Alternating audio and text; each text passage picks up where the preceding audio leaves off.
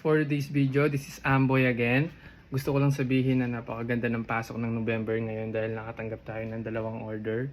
Isang mula sa Bayambang, Pangasinan at isa sa San Fernando, Pampanga. At gusto ko na rin palang isabay yung ibibigay nating board sa Dauntless Rider natin na si Later Doc from Malabon at si Jayden Guerrero ng Marikina. So, bago pala natin ipa-ship, kailangan muna natin i-bubble wrap yung mga board para safety silang dumating. Kaya samahan niyo ako mag-bubble wrap. Ang board pala ni Jayden is 8.0.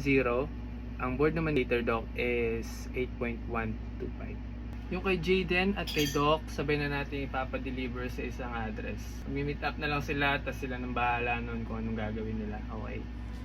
Joints parang mafia. Sariwang damit parang pumasok na freshman. Tauhan mo walang kwenta, lahat ay yes man. Ako ay chillin, kita mo wala kang gun. Nakatambay sa hood na di mo kayang lapagan. Minsan namimigay parang Santa Claus pare. Hindi hari pero isa akong boss pare.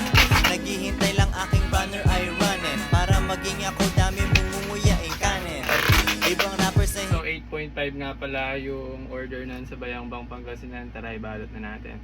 Sa mga nagtatanong nga pala kung magkano yung board natin, 1.7 with grip tape and free shipping na tayo nationwide. Ibang rappers na hindi na paabante. Aming studio ay hindi na babakante.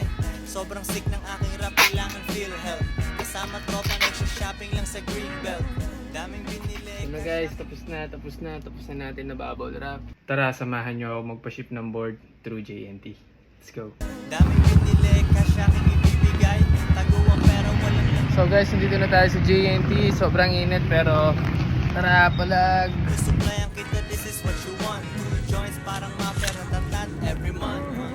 Kailangan ko lang ang sarili. So after ko mapaship yung mga items sa JNT, agad naman ako pumunta ng San Fernando para may hatid yung board. At dahil hindi nga pala ako nakapag-video, ang ginawa ko na lang is ginamit ko yung video na ginawa niya habang nagsiset up siya ng board.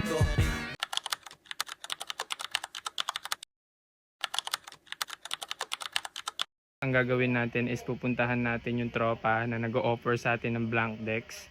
I-check natin yung quality ng board kung pwede talaga siyang pang skate. Kaya let's go. Sarili ko, laging puyat ginagawa ang aking empire.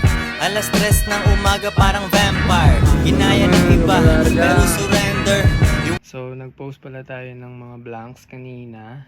And then meron tatlong bibili niyan. Yung isa is nagbayad na. Ako ng Tacloban Leyte. Maraming salamat sa suporta mula sa South. Dalawa dito sa Angeles City. Yung isa is ihatid ko ngayon dito sa Jollibee, yung meetup namin.